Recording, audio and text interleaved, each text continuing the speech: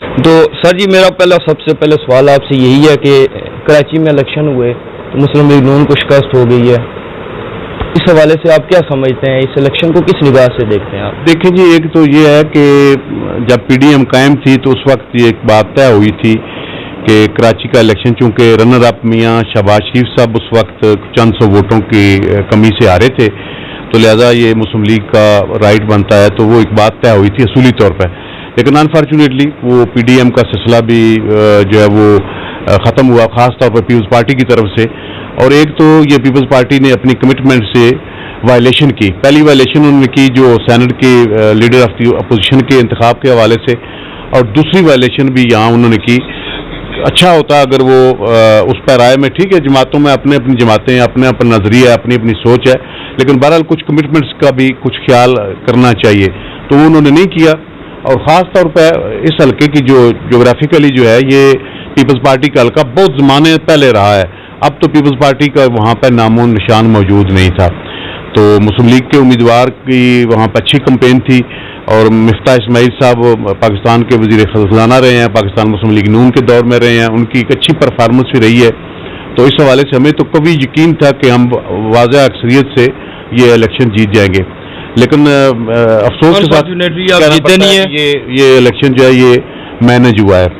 جس طرح ہماری لیڈرشپ نے اس پہ تحفظات کا اظہار کیا ہے، اور بظاہر بھی نظر آتا ہے. دیکھیں جی، ایک حلقہ اگر کوٹے کی بات ہو تو یہ بات سمجھ میں آتی ہے کہ فار فلنگ ایریا ہے، پورے پولنگ اسٹیشن آنے تک 2 4 6 10 15 20 گھنٹے لگ سکتے ہیں. لیکن شہر کا حلقہ ہے، کمپیکٹ آبادی ہے، تو وہاں تو اور پھر ٹرن آؤٹ جو ہے وہ 20% تک رہا ہے. تو یہ تو 5 بجے پولنگ بند ہوئی ہے، تو 6 میکسیمم 7 8 بجے تک جو رزلٹ ہے وہ کمپائل ہو جانا چاہیے. تو یہ جا کر رات صبح سحری کے وقت تک ہم لوگ جاگتے رہے، دیکھتے رہے. تو اس میں تو دال میں کالا کالا ضرور ہے. صاحب اسی میں سے ایک کوشچن ہے اور ایک اس سے ہٹ کیا ہے. ایک تو پی ڈی ایم آپ کی جو اس وقت مجھے ڈوبتی ہوئی نظر آ رہی ہے، پیپلز پارٹی چلی گئی تھی، تو ابھی آپ کہہ رہے ہیں کہ وہ الیکشن پری پلان تھا، جیت گئے وہ، تو وہ بھی وہی جیتے ہیں، پیپلز پارٹی والے جیتے ہیں، تو وہ تو آپ کے ساتھ تھے، آپ ایک دوسرے کے بھائی تھے، ساتھ مل کے کمپین چلا رہے تھے، پی ڈی ایم کا حصہ تھے، تو پھر یہ بات. دیکھیں جی، میں دل کی بات کر رہا ہوں، یہاں پہ زیادہ ڈاکٹر صاحب بھی ہیں، سارے نظریاتی لوگ زیادہ بیٹھے ہیں. ہم تو شروع دن سے ہی جب پیپلز پارٹی کے ساتھ یہ پیار محبت کی پنگیں بڑھائی جا رہی تھی اس وقت بھی خلاف تھے. ہمیں پتا تھا کہ کبھی بھی ہم زرداری اور اس کی ٹیم پہ اعتبار نہیں کر سکتے. تو یہ برحال ایک ہماری قیادت کی ایک فیصلہ تھا، تو ظاہر ہے پارٹی کی ڈسپلن کے ساتھ ہم اس فیصلے کی تائید کرتے رہے ہیں. لیکن وہی ہوا جو ہمارے خدشات تھے. پیپلز پارٹی نے کبھی بھی نہیں رہنا تھا. پیپلز پارٹی اب میں پورے وثوق کے ساتھ اور ایک انفارمیشن کے تحت کہہ رہا ہوں کہ وہ ایک اسٹیبلشمنٹ کی چھتری کے نیچے تقریباً آ چکے ہیں. تو میں سمجھتا ہوں کہ اب بھی بہتر ہوا ہے کہ یہ الگ ہو گئے ہیں، ورنہ شاید اس سے زیادہ نقصان کرتے. اب لوگوں کو بھی اس بات کا اندازہ ہے. تو انشاءاللہ تعالیٰ پی ڈی ایم میں 9-10 جماعتیں باقی موجود ہیں. ابھی چونکہ رمضان کا مہینہ ہے، اس کے بعد انشاءاللہ پی ڈی ایم جماعتیں جو ہیں اب اللہ کے فضل کرم سے ہماری لیڈرشپ بھی باہر آ گئی ہے، میاں شہباز شریف صاحب کی بھی ضمانت ہو گئی ہے. تو ایک مربوط لائے عمل اس حکومت کو رخصت کرنے کے لیے عید کے بعد انشاءاللہ تعالیٰ بنایا جائے گا. صاحب آپ کہہ رہے ہیں کہ نظریاتی لوگ اس حق میں نہیں تھے کہ پیپلز پارٹی کو یا زرداری صاحب پر یقین کیا جائے، لیکن اس کے باوجود بھی آپ نے کیا. ابھی آپ کی قیادت کا کیا فیصلہ ہے، وہ کیا سوچ رہے ہیں؟ اور گزشتہ دنوں سابق وزیر اعظم شاہد حقان عباسی صاحب آئے تھے، ان سے ہم نے گپ شپ کی، تو انہوں نے بھی یہی کہا کہ اگر وہ ابھی ان کے پاس وقت ہے، اگر وہ چاہیں تو وہ واپس آ جائیں. وہ تو پھر یہ کیا سمجھ نہیں آ رہی. دیکھیں جی، بس سیاسی باتیں ہیں. دیکھیں مذاکرات کے یا بات چیت کے دروازے تو کوئی جماعت بھی بند نہیں کرتی. لیکن میرے خیال میں جس طریقے سے پیپلز پارٹی کے کل کے الیکشن کے بعد جو ان کا رد عمل، جو ان کے بیانات، جو طنز انہوں نے کیے ہیں، میرا نہیں خیال کہ اب یہ پی ڈی ایم کا حصہ بنے گی پیپلز پارٹی. اور ہم اس بات پہ خوش ہیں کہ ہم اپنی جماعت کے پلیٹ فارم سے یا باقی جو ہم خیال لوگ ہیں ان کی وساطت سے انشاءاللہ تعالی یہ کمپین چلے گی. اور پاکستان کے عوام دیکھیں جی بہت باخبر ہیں، بڑے اویئرنیس ہے، اور وہ ان تمام معاملات کو سمجھتے ہیں، تمام ڈیلز کو بھی سمجھتے ہیں. تو مجھے تو یقین ہے کہ انشاءاللہ تعالی دیکھیں کراچی میں ہماری حکومت بھی نہیں ہے، نہ مرکز میں حکومت ہے، لیکن اس کے باوجود ہم 400-500 ووٹوں سے ہمیں ہرایا بھی گیا ہے.